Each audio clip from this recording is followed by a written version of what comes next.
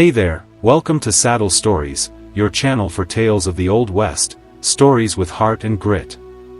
Do you love a good story about resilience, about finding love in unexpected places? Then you've come to the right place. We dive deep into the lives of those who carved a life out of the wild frontier. We bring you stories that resonate, stories that remind us of the strength of the human spirit. This is where we'll meet those characters. We look at their trials, as well as their triumphs. We also celebrate the spirit of adventure that defined the era. Don't forget to hit that like button and subscribe to Saddle Stories so you don't miss a single captivating chapter. Are you ready to begin this adventure? No one wanted the paralyzed widow, but the lonely rancher said, "She's stronger than I'll ever be." Kansas, 1889 Central Market Square. Can you imagine the scene? It was after the flood. Mud still clung to the undersides of wagon wheels. The air was thick with the smell of wet hay and rotting grass. Vendors had laid out what little goods they could salvage after the storm. Bruised apples, damp sacks of grain, and secondhand boots drying in the weak sun. What a desolate picture. Through the crowd rattled a wagon with one broken wheel. The man driving it barely slowed before jerking the reins to stop in the center of the square. In the back sat a thin woman, hair matted from days without a comb, her body folded into a crude wheelchair, wooden planks and mismatched iron wheels. Her hands clutched a wool blanket like it was the only thing left in the world. Can you picture it? A woman discarded, almost forgotten. We bring these stories to light, the struggles and the triumphs. These stories help us remember who we are. This one cannot walk, cannot bear children, eats more than she earns, the man declared. His voice was sharp enough to slice through the market chatter. Anyone wants her, take her. If not, she stays here for the dogs. A ripple of laughter and murmurs ran through the crowd. She looks like a broken doll, someone muttered. Poor thing, an old milk seller said, shaking her head. Pity's one thing. Feeding's another. Who'd take her in? Marilyn Ellis kept her back straight. Her eyes were dry. No tears, no pleading. She looked at them the way a rescuer might look down into floodwaters, knowing some would drown and some would fight. From the edge of the gathering, a tall man in a worn brown coat and hat watched in silence. The callousness of that man, the indifference of the crowd, it's hard to hear, isn't it? But these stories need to be told. They remind us of how far we've come, and how far we still have to go. Don't forget to show us some love by liking and subscribing to Saddle Stories. We have more stories to come. Boone Kessler didn't move until the man on the wagon turned away to spit. Then he stepped forward, boots splashing in shallow puddles. He took hold of the wheelchair's handles. She's not garbage, he said. I'll take her to my ranch. The man turned, scowling. She's my family's property. I didn't say you could. She's breathing, Boone cut in. That makes her a person. The man's lip curled. You think you can just? Boone's voice was steady, low, but it carried. I can and I will. The man hopped down from the wagon bed, squaring his shoulders. She's under my roof. She eats my bread. You want her, you pay. You're not selling a mule, Boone said. And I'm not buying a life. Then she's not yours to take. What a moment. Can you feel the tension in the air? The courage it takes to stand up for what's right? This is what Saddle Stories is all about, highlighting those moments of strength, of compassion, of true humanity. We want to bring them back to life to see how to handle situations. Boone straightened, releasing the wheelchair long enough to turn and face the crowd. His words came like a gunshot. If anyone here thinks a human life is worth less than a horse, try and stop me. I'll take her home. The crowd stilled. A few men shifted uneasily. No one stepped forward. Boone gripped the wheelchair again, angling it toward the edge of the square. The man behind him muttered a curse but did not follow. As the crowd parted, Mara's hands tightened on the blanket. Her voice, soft but clear, reached Boone's ear. "Do you do this for attention?" Boone didn't look down at her. "I don't need attention," he said. "I need to see you live." What a powerful statement. Can you imagine the impact those words must have had on Mara? This is the kind of storytelling we aim for, to bring you those raw, emotional moments that define the human experience. Make sure to like and subscribe to Saddle Stories so you can find more of this content.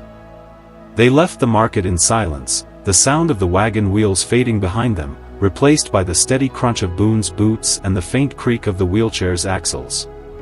The road to Boone's ranch stretched long and empty, the horizon broken only by the sway of tall prairie grass. By the time they reached the weathered gate, the sun was leaning low, painting the land in gold and dust.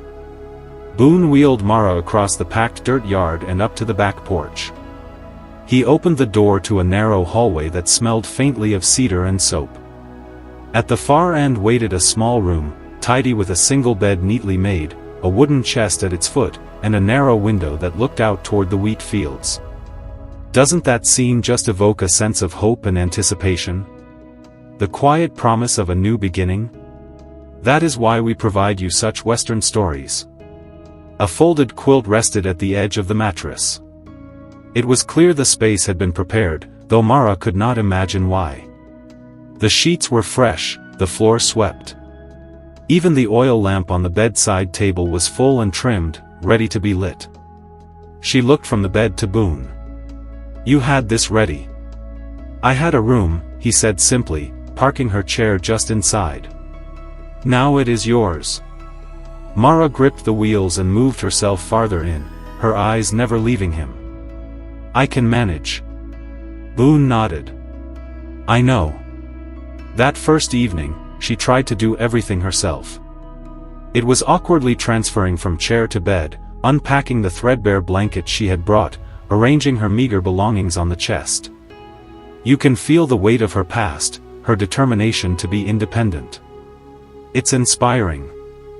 Every movement cost her effort, but she refused to ask for help. When dinner came, Boone did not enter. Instead, he set a tray outside the door.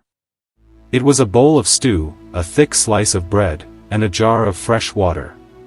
"Foods." Here, his voice came through the wood, calm and unhurried. Only after a long silence did his footsteps retreat. The pattern continued over the next days. He would knock once, leave a meal, and walk away without a word, unless she called for him. He never stepped inside without her invitation. What do you think about this approach? That he is not pushy. What do you think that implies? One morning, as the light crept through the narrow window, Mara noticed something new on her pillow, a soft piece of folded linen. She reached for it and found a handkerchief, old but clean, edges embroidered with faded thread. The single letter L was stitched in one corner, careful and elegant. She stared at it for a long while before wheeling herself to the doorway. Boone was on the porch, oiling the hinges of the screen door. She held up the handkerchief. "This is yours." "It was my mother's," Boone said, not looking away from his work. "Why give it to me?" Finally, he set the oil can aside and met her eyes. "Because I think maybe no one's ever asked you how you want to live." Her fingers tightened around the cloth. "And you think this asks? It says you have something of your own here. Even if it is just a piece of cloth. This is such a tender moment. The simple act of giving, without expectation, can speak volumes, don't you agree? It speaks of empathy. It speaks of respect." Mara did not answer. She turned the handkerchief over in her hands, feeling the ridges of the stitches, the weight of the fabric worn soft by years. For the first time since the market square, her shoulders eased just a little. Boone returned to his hinges, and the sound of the metal turning under his touch filled the quiet space between them. The days began to lengthen, the spring winds carrying the smell of tilled earth across the yard. Mara had started spending her mornings on the back porch, the wheels of her chair settling neatly between the planks, watching Boone work. What does Mara's decision to go to the porch every day mean? Is it a signal that she is feeling more comfortable?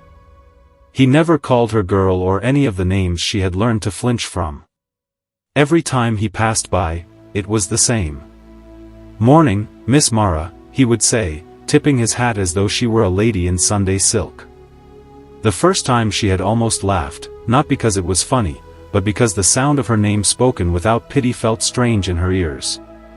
It took her a moment to answer. "Morning," she had managed, her voice unused to civility. Boone showed her how to feed the hens without letting them peck her fingers, how to scatter the grain wide so the smaller birds got their share. He placed a shallow wooden box across her lap so she could carry eggs from the coop without spilling them. "You ever plant?" he asked one afternoon, kneeling in the garden row. "What small gestures of respect and inclusion can do to heal the heart. It is a great feeling to know we are included and respected." "Not since I was a girl," she said. "Well, it's the same as then," he replied. "Only now you do it sitting down."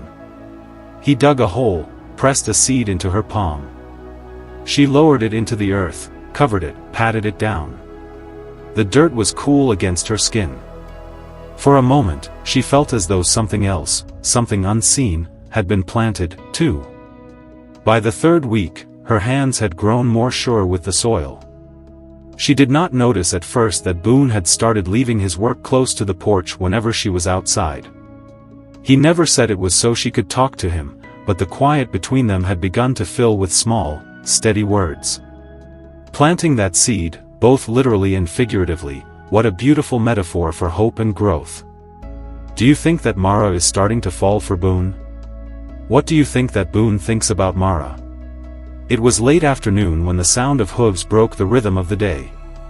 A tall man in a brown coat rode up the drive, dust clinging to his boots. His eyes swept over the yard before settling on Mara. "You," he said, dismounting.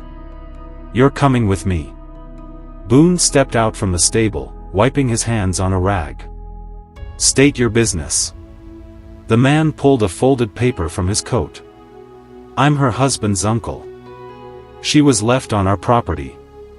This here says she's to be returned. Family property gone astray, worth a debt's payment." Mara gripped the arms of her chair, her pulse hammering. "I am not. Here comes trouble. Do you think the uncle will back down?" Boone moved between them, his shadow falling over her. One hand rested casually, but not idly, on the butt of his revolver. "In this place," Boone said evenly, "property does not breathe, and she's breathing just fine." The man's mouth tightened.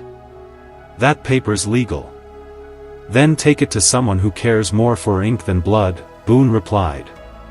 His voice did not rise, but the weight in it made the air feel heavier. The uncle looked past Boone, his eyes sharp with warning. "You'll regret crossing us." "Maybe," Boone said. "But not today." The man hesitated, then swung back onto his horse. Dust rose behind him as he rode off toward the road. Boone stayed there for a long moment, watching the trail until the rider vanished. When he finally turned back, Mara was still staring at him. What a testament to Boone's unwavering protection. Her hands had loosened from the arms of the chair, but her heart was still racing. "You did not have to," she began. "Yes," Boone said. "I did." She swallowed hard, looking down at her lap. "That's twice you've pulled me out of the fire." Boone's gaze softened. "Then maybe it's time we stop letting folks throw you in." Mara held his eyes for a moment longer. She realized then that Boone had not just given her shelter. He had made a promise, one she had not dared hope anyone would make again. And for the first time since the flood, she felt that the name he called her might truly belong to her. Isn't that what we all crave, a sense of belonging? We all need that community. We all need that trust. We all need to like this episode. Now, it's time to subscribe to Saddle Stories. The morning sky was pale with thin clouds, the air holding that cool, stubborn breath of late spring. Boone led a saddled bay mare into the yard, a curious piece of carpentry fixed to the leather. It looked like half a chair built from polished pine and iron bolts. Mara rolled her chair closer, eyeing it. "What is that?" Boone patted the mare's neck. "A frame locks into the stirrups in the cinch. Let you sit steady without your legs holding you." He glanced at her. "Thought you might want to ride again." Her fingers tightened on the arms of her chair. "I have not ridden since." "I know," Boone said. "But if you want to try, this will keep you in the saddle." Mara stared at the frame, the smell of leather and horse sweat rising in the breeze. "If I fall, then you fall," Boone said simply. "And get back up." She drew in a breath. "I will do it." He helped her transfer from the chair to the mounting block, then into the strange frame. It held her snug, her hips level, her torso upright. The mare shifted once beneath her, patient and warm. Boone stepped back. "Take the reins." Mara gripped them. The first few steps were jerky. The mare uncertain of her new burden. Boone walked alongside, saying nothing. He let her feel the motion, the sway, the pull in her arms. That's some true romance. By the third circuit of the yard, she was smiling. Then the mare stumbled on a rut.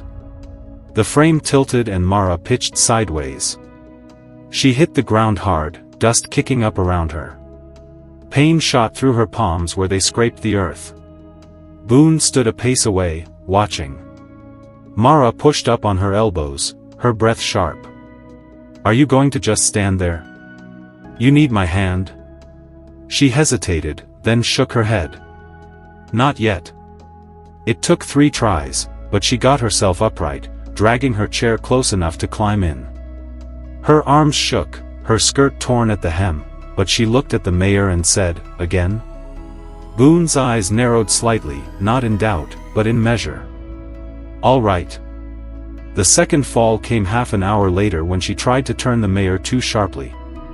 This time her elbow took the brunt, the skin raw against the dirt.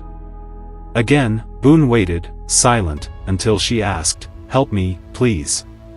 He was there in an instant, lifting her with care. "That is enough for today." "No," she said, her voice low but firm. "One more." They went again and again until the sun dipped lower and the shadows grew long. When she finally agreed to stop, she was streaked with dust and sweat, her hair loose from its braid. But her eyes held something new, something fierce. "Do you see her transformation? It is an inspiration." That night, after supper, Mara sat by the window, mending the small tears in her apron. She noticed Boone at the table, a spool of dark thread in his hand, her riding skirt folded in his lap. He was sewing the torn seam, his stitches slow but careful. "You can sew," she said. "My mother taught me," Boone replied without looking up. Said, "A man who can fix his own clothes will never go begging." She watched him for a long moment. "You did not have to do that." "I know." When he finished, he smoothed the fabric once and set it aside. Their eyes met across the lamplight. There was no pity in his gaze, no trace of the guarded sympathy she had grown used to. What she saw there was quieter, heavier. Respect? Boone stood, collecting the mended skirt. "Tomorrow we will try the south pasture, smoother ground."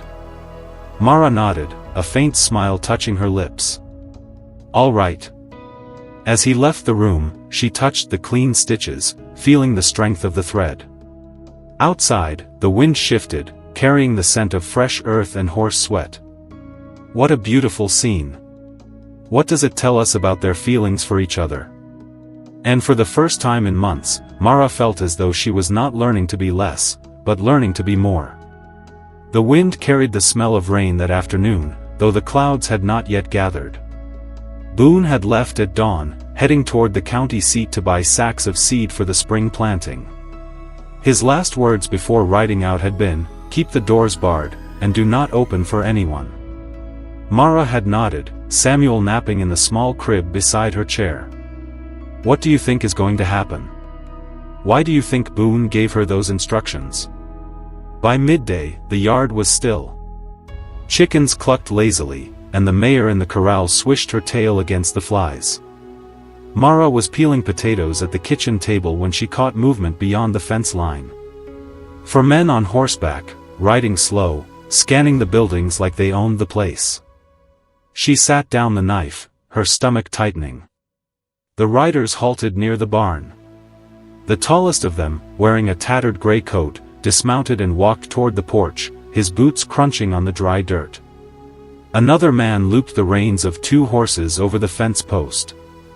The third and fourth began drifting toward the corral, eyes on the mare. Oh. It seems that those men back at the fair were not just idle threats. Mara wheeled herself to the front door and slid the bolt into place. Her fingers brushed the smooth wood of Boone's rifle hanging on its hooks by the window. She hesitated for only a second before lifting it down. It was heavy, the barrel cold in her hands.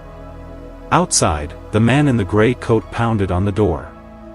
"Anyone home?" he called, his voice low and mocking. "Looks quiet. Maybe we just help ourselves." Mara rolled to the side window, easing it open just enough to slide the barrel through. She could see them clearly now. Worn leather, unshaven faces, the easy swagger of men who had taken what they wanted before. The man reached for the latch on the barn. "Can you feel the adrenaline pumping?"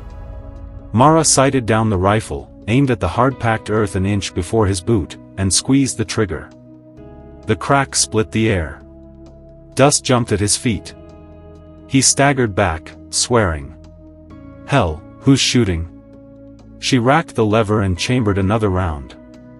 Her voice was steady, though her heart hammered. "Next shot is not the ground." The man's head jerked toward the window. "Lady, you got no call." The second shot struck a split rail fence post, splintering it inches from his hand. The others froze. The man in the corral dropped the lead rope, muttering under his breath. "Don't you love how she took charge and protected her property?" The tallest raised both hands, stepping back toward his horse. "We do not want trouble." "Then ride," Mara said. For a moment they hesitated, maybe weighing whether a woman in a chair could hold them off for long. But then another crack split the air. This time a warning shot that clipped a tuft of grass just shy of the corral gate. The mare stamped and snorted. The men swung into their saddles.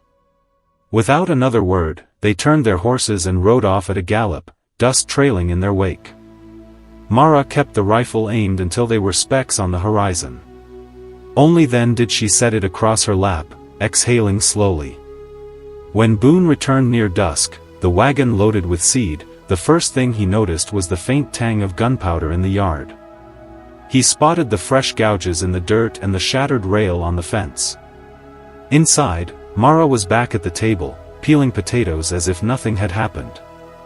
The rifle leaned against the wall beside her. Boone set his hat on the peg and stepped inside. What happened here? She looked up, meeting his eyes. 4 men came for the barn and the horses. His gaze flicked to the rifle. And you stopped them? She shrugged lightly. I did not stop them. I protected my home. Don't you love that she protected her home? Boone studied her for a moment, then smiled. Slow, genuine, a rare warmth breaking through the stoic lines of his face. Remind me never to cross you, Miss Mara. Her lips curved faintly. You are safe.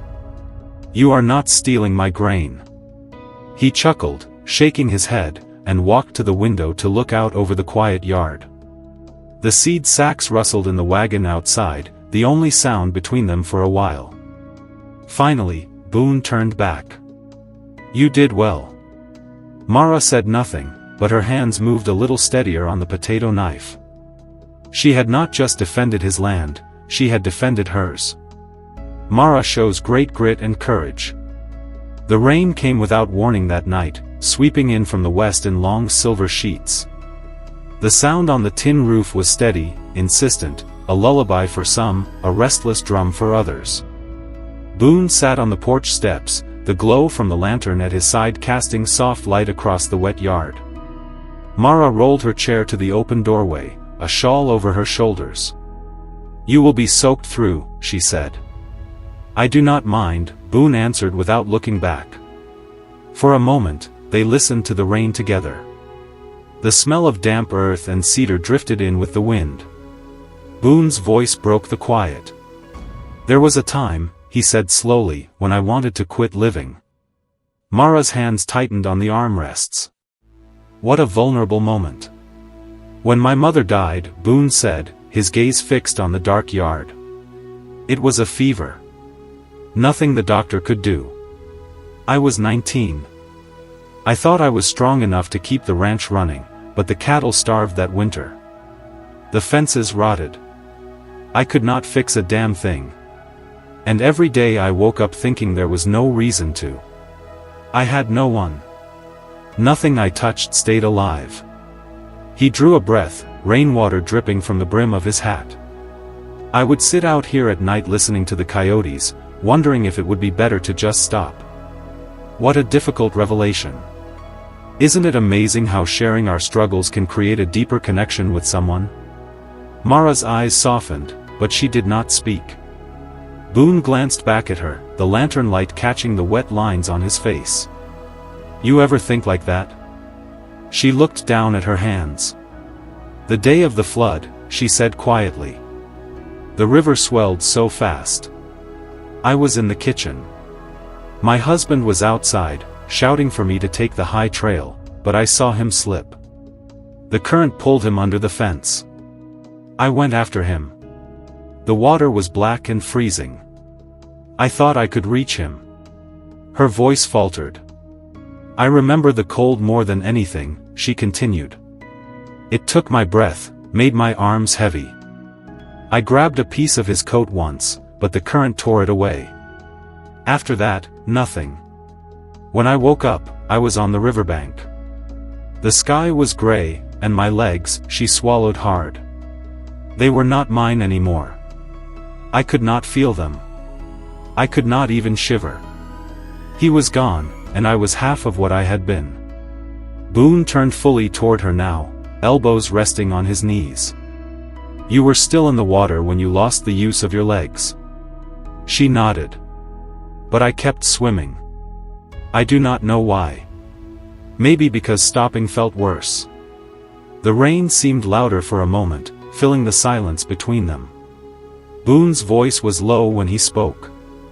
"You are stronger than I ever thought, stronger than I will ever be." Mara's gaze met his. "Then be strong with me." What a powerful and intimate exchange. The words hung in the air, steady and sure. Boone rose from the steps and crossed the porch. He crouched beside her chair, close enough for her to see the flecks of rain still clinging to his beard. He hesitated only a moment before placing a hand over hers. It was not the touch of an owner to a rescued thing, nor of a man to a fragile soul. It was the grip of someone who recognized another survivor. Mara let her hand turn beneath his, fingers curling to hold on. She could feel the warmth of him, the steady weight of someone who had been to the edge and chosen to step back. They stayed that way until the rain eased, and the lantern flame began to sputter from the damp. When Boone finally stood, he said nothing more. But as he reached to close the door against the wind, Mara's voice stopped him. "Boone," she said softly, "thank you for telling me." He nodded once, eyes meeting hers, then shut the door and left her with the fading sound of rain and the feeling of his hand still in hers. This is such a special moment. Thank you for watching this video. As you sit at your computer, think about other great stories of the American West. Be sure to like and subscribe to Saddle Stories to hear more great stories of grit and determination. The frost had just left the ground when Boone began building.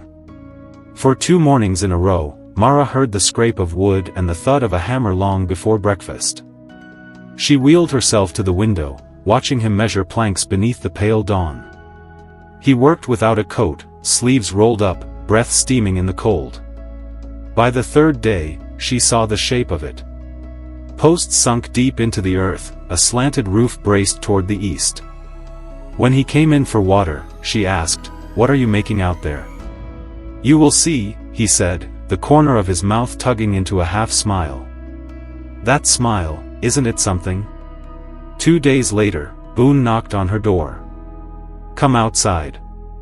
The air was crisp but gentle, carrying the smell of damp soil and cedar shavings. Boone pushed her chair across the yard to the new structure. Morning sunlight spilled beneath the fresh roof, warming a long trough of turned earth. "It's the best light on the ranch," Boone said, stepping back so she could see it all. "4 sunflowers." "Sunflowers? You told me once they were your favorite." She remembered. She had said it offhand one quiet evening in winter when they spoke of things they missed. How romantic. "What do you think?" Boone knelt and placed a small sack of seeds in her lap. "This is your patch, your garden." She brushed her fingers over the paper, then down into the soil. The earth was dark and rich, crumbling between her hands. Something in her chest loosened. They worked together in silence, Boone fetching water, Mara pressing each seed into place, covering it with a careful pat of soil. The sun crept higher, turning the air warmer. Her shawl slipped from her shoulders, and for the first time in a long while, she did not reach to pull it back. When they finished, she sat in the center of the patch, hands stained brown, hair loose around her face. How amazing! Boone leaned on the fence post, watching her smile, full, unguarded, touched with light.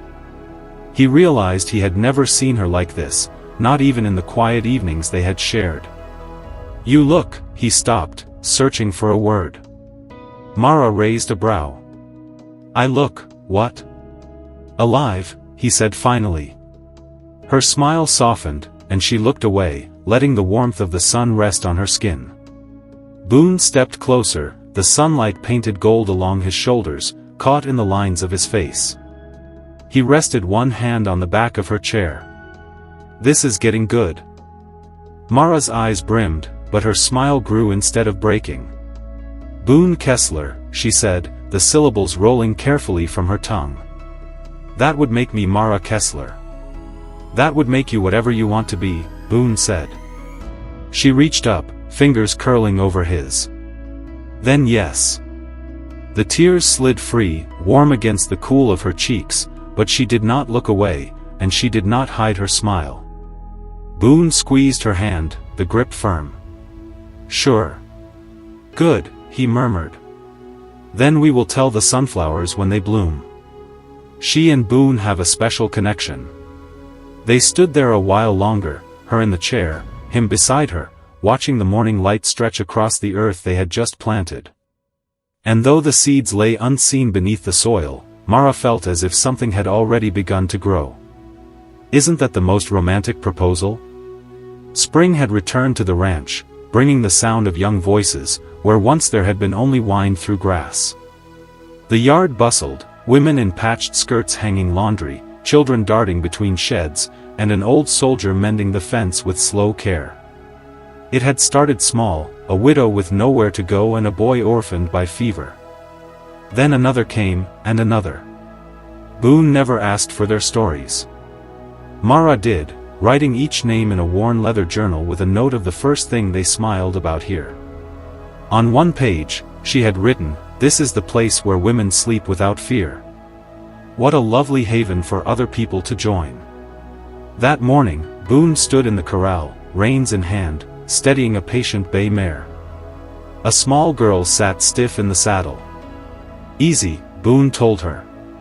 "Feel the ground through her feet. She will tell you when she is ready." The mare stepped forward. Boone walked alongside, murmuring encouragement. Across the yard, Mara knelt with 3 young women, setting seedlings in neat rows. One girl glanced toward the corral. "He is real patient with her," she said.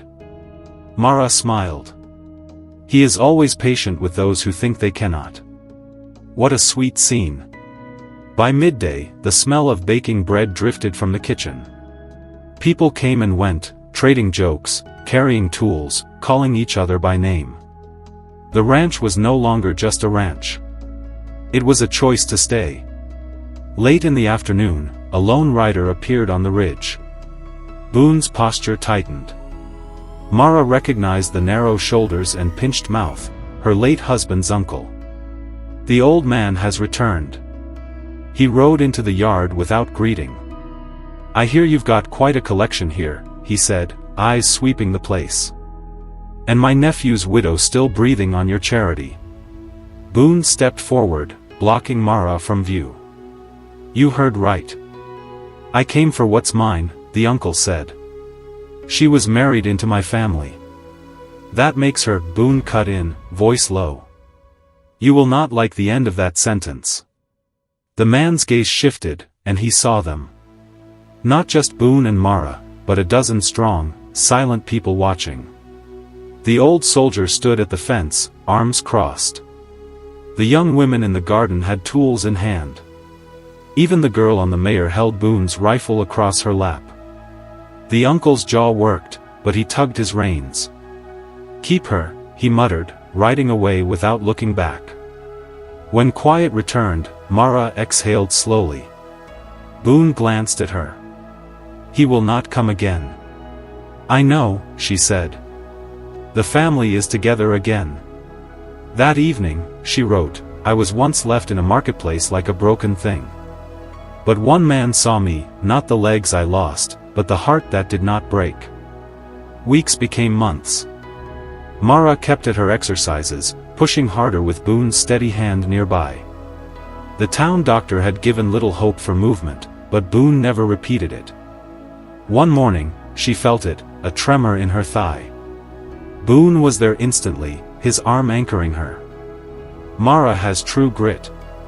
Through summer into autumn, she practiced, standing with both hands on the porch rail, then a step, then two. Boone never hurried her, never let her fall. Every night he lifted her into bed, and every morning he was there when she rose. One cool afternoon, Boone was splitting wood, axe steady in the crisp air. Mara pushed herself from her chair, gripped the rail, and stepped, slow, deliberate, across the yard to him. The end is near. He turned, startled, as she said, Boone, we are going to have a child. For a heartbeat, he only stared. Then the axe dropped to the dirt. He caught her up, lifting her clear, spinning her until her laughter filled the air. When he set her down, his forehead rested against hers, breathless. You have given me 2 lives today. No, Mara whispered, hands at his neck. We gave them to each other. The sun dipped low, fields gilded in gold. And on the Kessler Ranch, the place of the survivors, life went on, stronger than ever. And that is how the Kessler Ranch became more than land and fences. It became a promise, a place where the broken were never thrown away. Where survival was not the end of the road, but the beginning of something stronger. Mara and Boone's story is not about rescue, it is about 2 people finding the courage to live again and giving that courage to everyone who came after. What a truly beautiful ending to this story. If you love this journey of grit and resilience, then you'll definitely want to stay tuned to Saddle Stories. If you want more tales of grit, love, and second chances under the wide western sky, make sure you subscribe to Saddle Stories. Also, be sure to like this video. Out here, every heartbeat is worth telling. Thanks again for watching. Keep the fire burning.